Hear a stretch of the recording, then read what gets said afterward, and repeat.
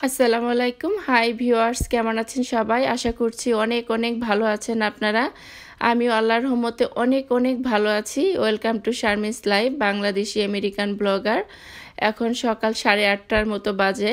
তো দেখতে পাচ্ছেন আজকে ওয়েদারটা খুবই অতটা রোদ নেই, মানে মেঘলা মেঘলা একটু ওয়েদারটা।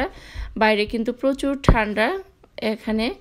তো ওয়েদারটা আজকে আমি আপনাদেরকে একটু দেখালাম, বাইরে যেহেতু আমি তাকিয়ে দেখছিলাম, তো ভাবলাম আপনাদেরকেও একটু দেখিয়ে দিই আজকে দিনটা কেমন।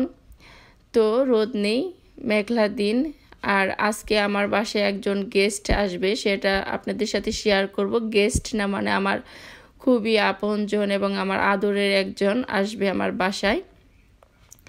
তো কে আসতেছে সেটাও আমি আপনাদের সাথে শেয়ার করব। আশা করি আজকের আমার পুরো ব্লগটা দেখবেন এবং আমার সাথেই থাকবেন, তাহলে আমার কে আসতেছে আমার বাসায় সেটাও দেখতে পারবেন। আর আমি আজকে সুন্দর একটা মজার আইটেম রান্না করব আমার সেই আপনজন এবং আদরের মানুষের জন্য, সেটাও আজকে আমি আপনাদের সাথে শেয়ার করব। তাহলে আপনারা সব দেখতে পারবেন আজকের ব্লগের মাধ্যমে। আশা করি সাথেই আছেন। তো এই যে সকালবেলা আমি একটু পরোটা বানাচ্ছি, মানে রেডিমেড পরোটা, এটা শুধু ভেজে নিচ্ছি।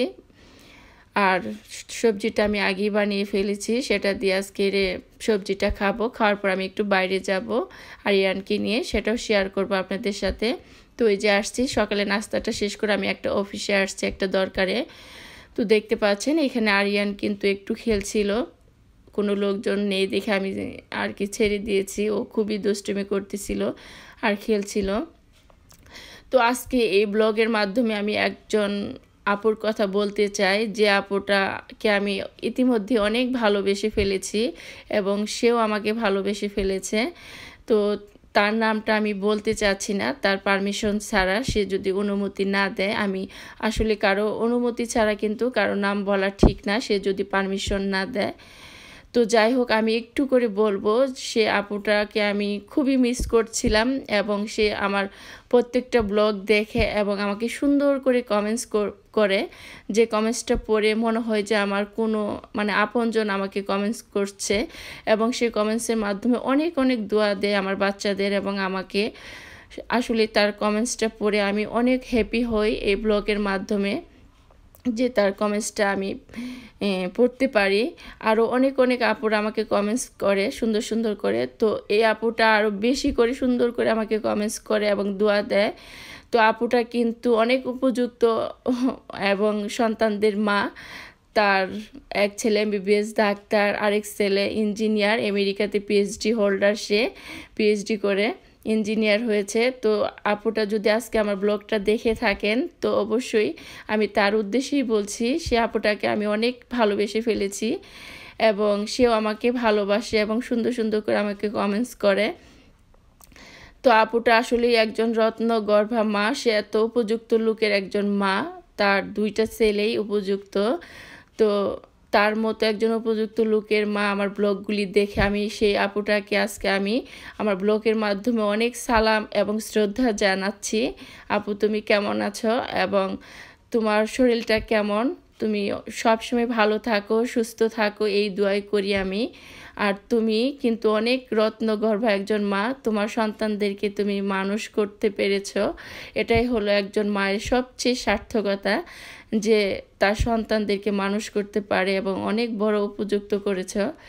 আসলে মা হওয়া তখনই সার্থক হয় যখন তার সন্তানরা মানুষ হয় এবং উপযুক্ত হয়। তো আমারও 3 ছেলে। আপু, তুমি দোয়া করো যেন আমি আমার সন্তানদেরকে তোমার মতো মানুষ করতে পারি এবং উপযুক্ত করতে পারি।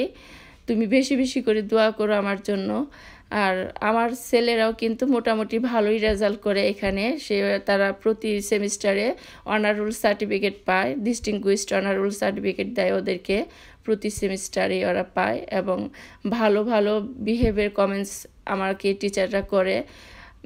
যে আমার মেজো ছেলেকে একজন টিচার কমেন্টস করেছে, আমাকে ফোন করে বলেছে যে তোমার ছেলেকে আমার ক্লাসে পেয়ে আমি খুবই গর্বিত, ওর মতো একজন ছাত্র আমার ক্লাসে আছে।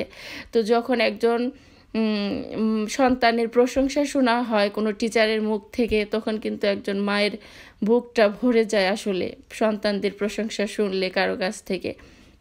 তো আসলে সেদিন আমি কেঁদেই দিয়েছিলাম যখন আমার ওই টিচারটা আমার সন্তানের প্রশংসা করছিল ফোন করে। তো আসলেই একজন মা হওয়ার তখনই সার্থক হয় যখন তার সন্তানরা মানুষ হয়, উপযুক্ত হয় এবং তার সন্তানের সম্পর্কে ভালো ভালো প্রশংসা শোনা হয়, তখনই মা হওয়া সার্থক। তো আপু, তুমি যদি আমার আজকে ব্লগটা দেখে থাকো, তোমাকে আমি অনেক শ্রদ্ধা সালাম জানাচ্ছি যে তুমি তোমার সন্তানদেরকে অনেক বড় উপযুক্ত বানিয়েছো, এমবিবিএস ডাক্তার, আরেক ছেলে ইঞ্জিনিয়ার আমেরিকাতে। তুমি আসলেই একজন সত্যিকারী মা। মা হওয়া তোমার সার্থকতা হয়ে গেছে, তুমি রত্নগর্ভা মা। আসলে আরও অনেক অনেক আপুরা আমাকে কমেন্টস করে, তো আমি আপুদের নামগুলি বলতে চাই কিন্তু তাদের পারমিশন ছাড়া বলতে চাচ্ছি না, কারণ কারো অনুমতি ছাড়া কিন্তু আসলে কারো নাম বলা ঠিক না, উচিত না, যদি তারা পারমিশন না দেয়। তো তোমরা যদি আমাকে পারমিশন এবং অনুমতি দাও, ইনশাল্লাহ আমি নেক্সট ব্লগে তোমাদের নামগুলি বলতে চাই। তোমরা আমাকে কমেন্টসের মাধ্যমে সেটা জানিয়ে দিও। তো এই যে আজকে আমার আদরের ছোট বোন আসবে আমার বাসায়, আর আমি তার জন্য কিন্তু আজকে সুন্দর তার প্রিয় খাবারটাই রান্না করছি। ও আমার হাতের তেহারি পছন্দ করে খেতে, তো ওর জন্য আমি তেহারি রান্না করছি আজকে, কারণ ও আমার হাতের তেহারিটা খেতে খুবই ভালোবাসে। যার জন্য ওর প্রিয় খাবারটা আজকে আমি রান্না করছি, যাতে ও এসে দেখে খুশি হয়। আমার সেই আদরের ছোট বোনটা আজকে আমার বাসায় আসবে। আমি ওর বাসায় যাই, গেলেও ও আমাকে ছাড়তে চায় না, খুবই আদর করে। আসলে আপনারা সবাই দোয়া করবেন আমরা দুই বোন যেন সারা জীবন এইভাবে মানে মিলেমিশে থাকতে পারি, সেই দোয়াটা আপনাদের কাছে চাই। তো ওই আমার বোন আজকে আমার বাসায় আসবে বিকালের দিকে। আমি ওর জন্য আজকে তেহারি রান্না করছি। আর এই যে পেঁয়াজ দিয়ে দিয়েছি, এর মধ্যে দারচিনি, এলাচ, তেজপাতা দিয়ে দিলাম। আর আমার রান্নাগুলি আপনাদের কাছে কেমন লাগে অবশ্যই কিন্তু আমাকে কমেন্টস করে জানাবেন। আমার ব্লগগুলি কেমন লাগছে আপনাদের কাছে আমাকে বেশি করে কমেন্টস করে জানালে আমি অনেক উৎসাহিত হব এবং খুশি হব। আর যারা সাবস্ক্রাইব করেছেন আমার চ্যানেলটাকে, আমি তাদেরকে জানাই অনেক অনেক ধন্যবাদ এবং থ্যাংক ইউ। আর যারা করেননি প্লিজ সাবস্ক্রাইব করে নেবেন, আর আমার চ্যানেলটার সাথেই থাকবেন, আমাকে দোয়া করবেন যেন আমি আরও বেশি করে সামনের দিকে যেতে পারি। আপনাদের কাছে আমি দোয়া চাই। আর পৃথিবীতে কিন্তু ভালো মানুষের সংখ্যাই বেশি, খারাপ মানুষের সংখ্যা খুবই কম। আসলে ভালো মানুষ আছে বলেই পৃথিবীটা কিন্তু চলছে। তো আশা করব আপনারা ভালো ভালো কমেন্টস করবেন এবং আমার পাশেই থাকবেন, আমি যাতে আরও সামনে আগাতে পারি সেই সহযোগিতা আপনারা আমাকে করবেন। আর ভালো ভালো কমেন্টস করবেন, আর আমার কোনো ভুল ত্রুটি হলে অবশ্যই আমাকে কমেন্টসের মাধ্যমে সেটা শুধরে দিবেন, আমি শুধরানোর চেষ্টা করব ইনশাল্লাহ। আর এই যে আমি পোলাওয়ের চাল দিয়ে দিয়েছি, ভালোভাবে চালটা কষানো হয়ে গেলে, আর তেহারি রান্নাটা মোটামুটি সবাই পারে, তারপরও আমি কিভাবে রান্না করছি সেটাও আপনাদের সাথে আজকে শেয়ার করছি। আসলে আমি অত বড় রাঁধুনি না, ছোটো মোটো রাঁধুনি, কোনো রকম স্বামী সন্তানদেরকে রান্না করে খাওয়াতে পারি, আর তারা স্যাটিসফাইড আমার রান্না খেয়ে, অনেক খুশি যে মাম্মি অনেক মজা হয়েছে তোমার রান্না, বা স্বামী বলে তোমার রান্না অনেক মজা হয়েছে। এটাই আর কি সার্থকতা, যখন কোনো রান্না খেয়ে কেউ প্রশংসা করে সেটাই কিন্তু তখন রান্নাটা সার্থকতা হয়ে যায়। তো যাই হোক, এই যে এখানে আমি দিয়ে দিচ্ছি হলো রসুন পেস্ট, আদা পেস্ট এবং একটু মরিচের গুঁড়া, হলুদের গুঁড়া, জিরার গুঁড়া আর ধনিয়ার গুঁড়া দিয়ে দিলাম। এখন চালটা ভালোভাবে কষিয়ে নিচ্ছি। আর মাংসটা কিন্তু আমি আগেই রান্না করে ফেলেছি, যেহেতু আমার হাতে একটু সময় কম ছিল, আমি একটু বাইরে গিয়েছিলাম, তো যার জন্য এসে আমি রান্নাটা বসিয়ে দিয়েছি। তো এই যে আমি ভালোভাবে এখন চালটা কষিয়ে নিচ্ছি, তারপরে মাংসটা দিয়ে দিব এর মধ্যে। আর তেহারিটা কিন্তু সবারই প্রিয় খাবার, আমার এবং আমার বোনের, আমার বাচ্চাদের সবারই প্রিয় খাবার এই তেহারিটা। তো আমার বোন আসতেছে আজকে, তো আজকে আমার ভাগনা ভাগ্নিদের নিয়ে আমি একটু মজা আনন্দ ফুর্তি করব, সেটাও আপনাদের সাথে শেয়ার করব। আশা করি আমার সাথেই আছেন এবং পুরো ব্লগটা দেখছেন আপনারা, আর আমাকে বেশি বেশি করে কিন্তু সাপোর্ট করবেন। তো এই যে ভালোভাবে চালটা কষিয়ে নিচ্ছি, আর ইতিমধ্যে অনেক অনেক আপুরা আমাকে ভালোবাসছে এবং ভালো ভালো কমেন্টস করতেছে, তাদেরকেও আমি অনেক দোয়া এবং অভিনন্দন জানাচ্ছি তাদেরকে, যে তারা আমাকে সাপোর্ট করছে এবং আমাকে উৎসাহিত করছে যাতে আমি সামনে আরও যেতে পারি। আসলে মানুষের দোয়াটাই কিন্তু সব কিছু, টাকা পয়সার চেয়ে দোয়াটাই কিন্তু অনেক বড়। তো এই যে পানি দিয়ে দিলাম, এখানে আমি 5 কাপের মতো চাল নিয়েছিলাম, 10 কাপের মতো পানি দিয়ে দিয়েছি। পানিটা কিন্তু আমি গরম দিয়েছি এখানে। আমি একটু মানে ঝাল ঝাল পছন্দ করি, দেখি একটু কাঁচামরিচ দিয়ে দিব। তেহারি রান্নাতে কিন্তু একটু কাঁচামরিচ, তেহারি বিরিয়ানি এগুলিতে কিন্তু কাঁচামরিচ দিতে হয় বেশি করে, তাতে ফ্লেভার এবং সেন্টটা ভালো আসে, খেতেও ভালো লাগে। তো আপনারা কিভাবে তেহারি রান্না করেন আমাকে জানাবেন, আর আমার রান্নাটা ঠিক হলো কিনা, পারফেক্ট হলো কিনা অবশ্যই কিন্তু কমেন্টসের মাধ্যমে জানাবেন আমার রান্নাটা কেমন হলো, আপনাদের কাছে ভালো লেগেছে কিনা। তো এই যে আমি 10-12টার মতো কাঁচামরিচ দিয়ে দিলাম। আর এই যে আমার চালটাও হয়ে আসছে, কিন্তু দেখতে পাচ্ছেন বলক উঠে গেছে।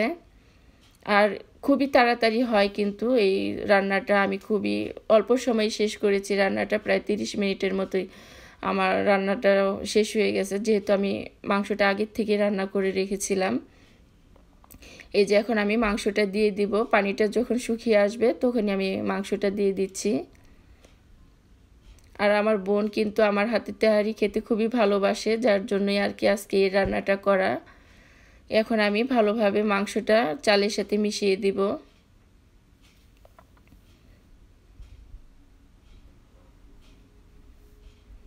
ভালোভাবে মিক্সড করে দিচ্ছি। আর আমি লবণ ঝালটাও কিন্তু চেখে নিয়েছি, সব পারফেক্ট আছে, সব কিছু শেষ, মানে কোনো কিছু লাগবে না, সব কিছু দিয়ে দিয়েছি। আর আমি নামানোর আগে আগে কিন্তু একটু ঘি দিয়ে দিব। ঘিটা আমার খুবই প্রিয় জিনিস রান্নাতে, আমি ঘি খেতে খুবই ভালোবাসি। তো নামানোর আগে আগে একটু আমি ঘি দিয়ে দিব। আর তেলের সাথেও কিন্তু আমি ঘি দিয়েছিলাম প্রথমে। এখন একটু জালটা মিডিয়ামে রেখে তারপরে রান্না করছি। লোতে দিয়ে দিব জালটা এখন। এই যে দেখতে পাচ্ছেন আমি আবারও একটু নেড়ে চেড়ে দিব, চালটা ভালোভাবে মিক্সড করে দিচ্ছি মাংসের সাথে।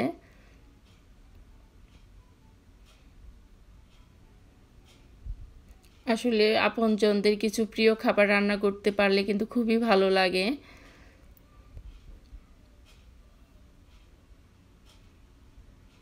সুন্দর একটা ফ্লেভারও বের হয়েছে এই তেহারির থেকে।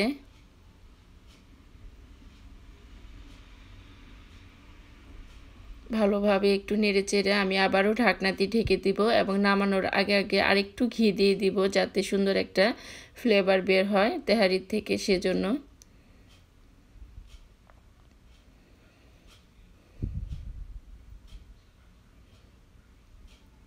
তো এই যে এখন আমি একটু ঘি দিয়ে দিব এখন আরেকবার।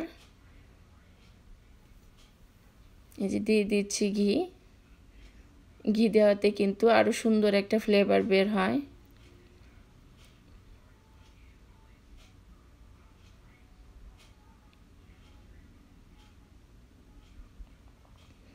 আসলে আমারও 3 ছেলে, আমার 3 ছেলে কিন্তু আমাকে অনেক অনেক ভালোবাসে, এবং ছোট যে ছেলে আছে সেটা তো আরও বেশি, মানে 1 সেকেন্ডে 5টা ডাক দেয়, সে এত আদর করে। আমার ছেলেরা কিন্তু আমাকে অনেক ভালোবাসে। তো এই যে আমার তেহারি কিন্তু রেডি হয়ে গেছে, দেখতে পাচ্ছেন খুবই সুন্দর একটা ইয়েলো কালারের তেহারি হয়ে গেছে। আসলে ক্যামেরাতে কিন্তু কালারটা অত ফুটে ওঠে না, এমনিতে কিন্তু সুন্দর একটা কালারফুল একটা তেহারি হয়েছিল। তো এই যে আমার বোনেরা এসে গেছে, আমার বোন এসে গেছে, বোনের বাচ্চারা এসে গেছে, দেখতে পাচ্ছেন। ওকে বলছিলাম একটা রাইম শোনাও তো মাম্মি, তো এই যে আমাকে রাইম শোনাচ্ছিল। ও একমাত্র ভাগ্নি আমার, আমার বোনের একমাত্র মেয়ে। আমার কিন্তু কোনো মেয়ে নেই, আমার 3 ছেলে, আমার বোনের এই এক ছেলে এক মেয়ে। তো আমি ওকে অনেক আদর করি, ও আমাকে অনেক খালামণি খালামণি করে ডাকে এবং মামি মামি করে ডাকে। তো আজকের ব্লগটা কেমন লাগলো অবশ্যই আমাকে কমেন্টস করে জানাবেন। আপনারা সবাই ভালো থাকেন, সুস্থ থাকেন। আল্লাহ হাফেজ।